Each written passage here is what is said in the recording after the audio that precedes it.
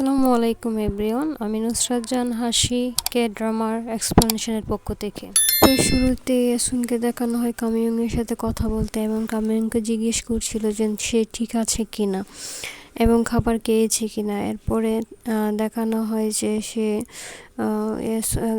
কামিয়ংয়ের বয়ফ্রেন্ডের কথা জিজ্ঞেস করছে যে সে কল দিয়ে তো ডিস্টার্ব করে কিনা। তখন কামিয়ং বলে যে ওর নাম যেন না নেওয়া হয়। তখন বলে আচ্ছা ঠিক আছে, ওর কথা আমি বলবো না, আচ্ছা ঠিক আছে এখন রেখে দেই। তখনই গংশিক জিজ্ঞেস করছিল যে কি কথা বলেছে তোমার মেয়ে। তখন ইয়াসুন বলে যে বারবার বলছিল ওই ছেলের নাম নেওয়ার জন্য এবং বলছিল যে আমি ঠিক আছি, তুমি বারবার জিজ্ঞেস করো না, চিন্তা করো না, আমি খেয়েছি।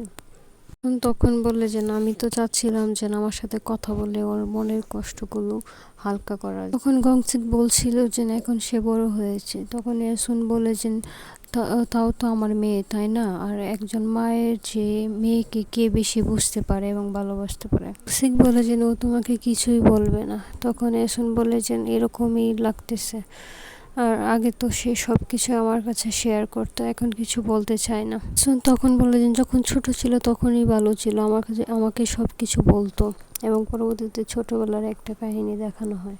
তখন কামিয়ং ইয়াসুনকে বলছে যে মা, আমি তোমাকে একটা কথা বলবো, তুমি কিন্তু কাউকে বলবে না। তখন ইয়াসুন বলে আচ্ছা ঠিক আছে।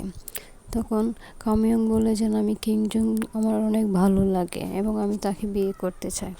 তখন বলে যে কেন তোমার এত ভালো লাগে। তখন কামিয়ং বলে যে আমাদের স্কুল সব থেকে হ্যান্ডসাম ছেলে হচ্ছে কিমজং। এসন তখন বলে কামিয়ং এখন বড় হয়েই যাচ্ছে এবং কামিয়ংয়ের কাছে যায় আর বলে যে জানো, আমি চাই তুমি বড় না হও। তখন কামিয়ং জিজ্ঞেস করে কেন। তখন এসন বলে যে তুমি এত কিউট আর এত কিউট কিউট কথা বলো, তো আমি চাই না তুমি এত তাড়াতাড়ি বড় হয়ে যাও। এসন তখন বলে যে তুমি বড় হয়ে আমাকে সব তোমার সিক্রেট বলবে না। তখন কামিয়ং বলে কারণ তুমি আমার সব থেকে ভালো বন্ধু, তুমি আমার বেস্ট ফ্রেন্ড।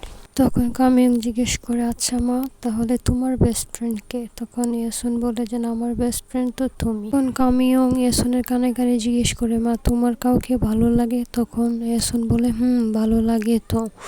দেন কামিয়ং জিজ্ঞেস করে কাকে। তখন সে বলে তোমার বাবাকে, কাংশিককে। দেন আমাদের বর্তমানে দেখানো হয় ইয়াসুন তার মেয়ের জন্য, কামিয়ংয়ের জন্য বক্স সাজাচ্ছে। বলছে যে আমার এখন ইচ্ছা করছে যে কামিয়ং যদি আমাদের সাথে এখানে বসে একসাথে খেতে পারতাম তাহলে খুবই ভালো হতো।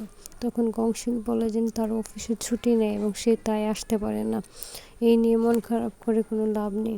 তখনই কামিয়ং চলে আসে এবং ইয়াসুন বলে যে তুমি তো আমাকে অনেক সুন্দর একটা সারপ্রাইজ দিয়ে দিয়েছো। তখন কামিয়ং বলে যে অফিস থেকে ছুটি নিয়ে এসেছি, আমার ক্ষুধা লেগেছে, আমাকে খাবার দাও।